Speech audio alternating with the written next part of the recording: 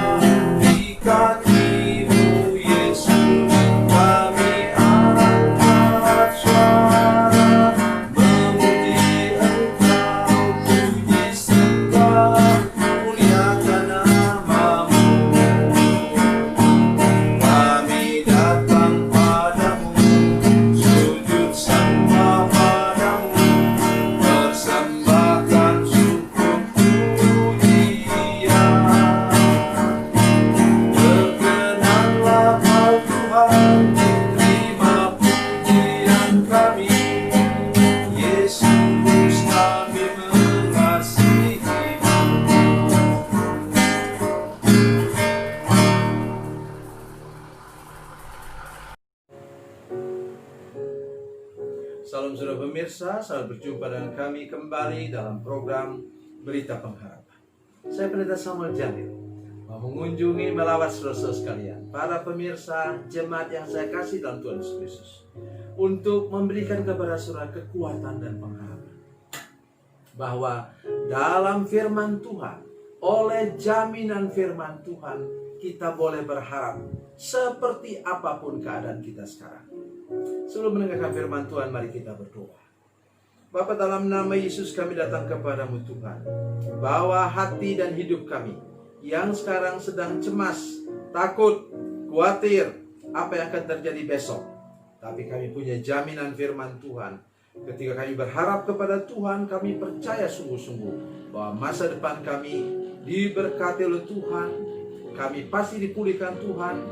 Besok, lusa kami berharap bahwa badai ini sudah berhenti. Terima kasih Tuhan. Harapan kami kepada Yesus yang menciptakan langit dan bumi. Bapa di surga yang menciptakan langit dan bumi. Tuhan yang menciptakan yang tidak ada menjadi ada. Adalah jaminan kami. Dalam nama Yesus. Haleluya. Amin. Mari kita membaca firman Tuhan pada hari ini dari Perjanjian Lama. Perjanjian Lama, Mazmur pasal 119, Mazmur 119 ayatnya yang ke-43. Mazmur 119 ayat 43. Demikian bunyi firman Tuhan. Janganlah sekali-kali mencabut firman kebenaran dari mulutku, sebab aku berharap kepada hukum-hukum. Firman Tuhan hari ini menolong kita berbicara tentang sesuatu yang mungkin tidak pernah kita dengar. Pemazmur berdoa, jangan cabut firman-Mu dari mulutku, dari lidahku. Apa maksudnya? Saudara sekalian, ketika engkau membaca firman, engkau percaya akan firman Tuhan, engkau memperkatakan firman Tuhan, di sana ada kuasa yang luar biasa. Markus pasalnya yang ke-11 ayat 23 mengatakan, barang siapa berkata kepada gunung, Seorang hamba Tuhan mengatakan kepada kita semua, pada saya juga, dia membangun semangat kita. Dia katakan, jangan menggosipkan gunung itu. Jangan memperkatakan tentang gunung itu. Kita mulai bercerita tentang tetangga, betapa sulitnya hidup kita, betapa keadaan kita ini sekarang sudah terpuruk. Sebaiknya jangan curhat sembarangan, apalagi di media sosial. Sekarang curhatlah kepada Tuhan. Sudah tahu bahwa paling tidak ada 3 ayat tentang kata curhat. Mencurahkan isi hati kita kepada Tuhan. Nanti pada kesempatan lain saya akan sampaikan pada saudara-saudara sekalian. Maksudnya apa?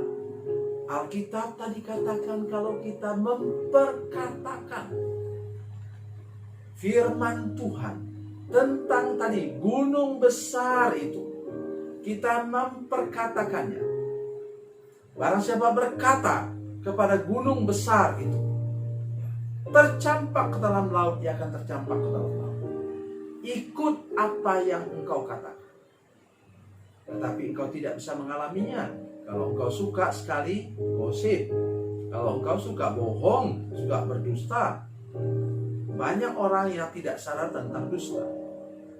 Nanti selesai, sudah mendengarkan program ini, sudah baca dalam Wahyu pasal 21 ayat 8. Di sana dikatakan bahwa salah satu yang membuat saudara masuk neraka itu adalah apa?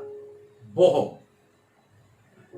Semua pendusta, kata Alkitab, akan masuk ke dalam kematian yang kedua. Lautan yang menyala-nyala oleh api dan belerang. Bukan saya bilang. Itu firman Tuhan langsung. Apalagi dalam kitab Wahyu. Itu final itu dalam kitab Wahyu. Oleh sebab itu, peliharalah lidah kita. Supaya firman Tuhan menetap di sana. Firman Tuhan bertumbuh di sana. Firman Tuhan berbuah dari sana lewat lidah kita. Itulah sebabnya mengapa pemazmur tadi katakan, janganlah sekali-kali mencabut firman kebenaran dari mulutku. Oh, haleluya. Mari dalam situasi seperti ini, ketika sudah berbicara bahkan dengan keluarga sudah sendiri di rumah, melalui persekutuan di rumah, melalui percakapan di rumah. Sekarang anak-anak pun tidak bisa pergi sekolah. Mahasiswa tidak bisa pergi kuliah. Ketika keadaan seperti ini, janganlah kita katakan walaupun bergurau. Saya kadang-kadang sedih mendengar orang tua katakan pada anaknya, karena anaknya galau, karena dia tidak bisa pergi ke sekolah, setengah mati kerjakan di rumah, apalagi kalau orang tuanya tidak punya pendidikan yang cukup untuk mengajar dia. Nah, dan orang tuanya malah bergurau. Kasihan deh lo, terkurung di rumah. Jangan ucapkan itu sekali, walaupun bergurau. Mari kita ucapkan pada anak-anak kita. Kalau kami kepada cucu, kamu pasti bisa. Sini kamu opa doakan kepala kamu, supaya kamu menjadi anak cerdas, anak pintar. Itu kita mengucapkan apa? Kata-kata firman Tuhan kepada anak cucu kita. Kenapa? Saya selalu berdoa begitu. Setiap kali saya berdoa untuk cucu saya katakan kepadanya, firman Tuhan menjanjikan kepadamu. Apa? Yeremia 29 ayat 11. Apa itu bunyinya? Tuhan mau memberikan kepada cucu saya masa depan yang penuh harapan. Tuhan memberikan kepada cucu saya masa depan yang penuh salom. Ucapkan terus itu juga kepada pasangan kita. Kadang-kadang saya sedih mendengar ibu-ibu bilang, ya kasihan deh lo sekarang, ada di rumah, padahal suaminya baru kena apa? PHK. Bangunkan semangatnya. Sebentar ketika selesai masalah penyakit ini, virus ini, kamu nanti akan dapat pekerjaan yang lebih baik. Bangunkan semangat kita. Jangan ucapkan kata-kata kutuk. Karena apa kata firman Tuhan dalam paragraf yang kedua, kalimat yang kedua katanya apa? Sebab aku berharap kepada hukum-hukum. Kita tidak bicara tentang hukum di sini. Saya tidak begitu mengerti masalah hukum, tapi yang saya maksudkan hukum alam. Mari kita percaya kalau kita mengucapkan firman Tuhan tentang hukum, maka hukum alam dikalahkan, saudara sekalian. Masih ingat Petrus? Di mana ada di dunia ini orang bisa jalan di atas air. Tapi ketika Petrus mendengar suara Tuhan katakan, datanglah, dan dia melangkah, terjadi mujizat pada kaki Petrus. Ia melawan hukum alam. Itu yang dimaksudkan di sini. Mari kita berdoa supaya seluruh jemaat, semua pemirsa yang menyaksikan program ini berani memperkatakan kata-kata Tuhan yang melawan hukum alam. Sehingga sebentar, tidak lama lagi masalah virus ini selesai. Dan kita akan, bagi saudara yang kena PHK, saudara yang sekarang tidak bisa bekerja, saudara mendapatkan pekerjaan yang jauh lebih baik. Haleluya. Tuhan Yesus memberkati, Tuhan Yesus baik. Mari kita berdoa. Bapa, dalam nama Yesus, terima kasih banyak untuk firman Tuhan malam hari ini. Kami berdoa supaya di lidah kami, di lidah ibu-ibu, di lidah bapak-bapak, anak-anak sekolah yang sekarang terkurung di rumah, kami berdoa dalam nama Yesus supaya kami belajar lewat firman Tuhan malam hari ini, mengucapkan kata-kata yang membangkitkan semangat, membawa optimisme, membawa kami lebih berharap lagi kepada Tuhan. Terima kasih Bapa di surga. Dalam nama Yesus. Haleluya. Amin.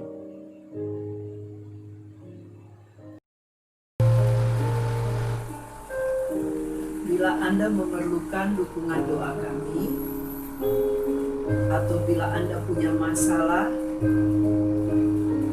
yang ingin didoakan, silakan menghubungi nomor telepon kami 0812 7661 1125. Dan bagi Anda yang berada di luar negeri, silakan menghubungi +62 812 7661 1125. Tuhan Yesus memberkati. Tuhan Yesus baik.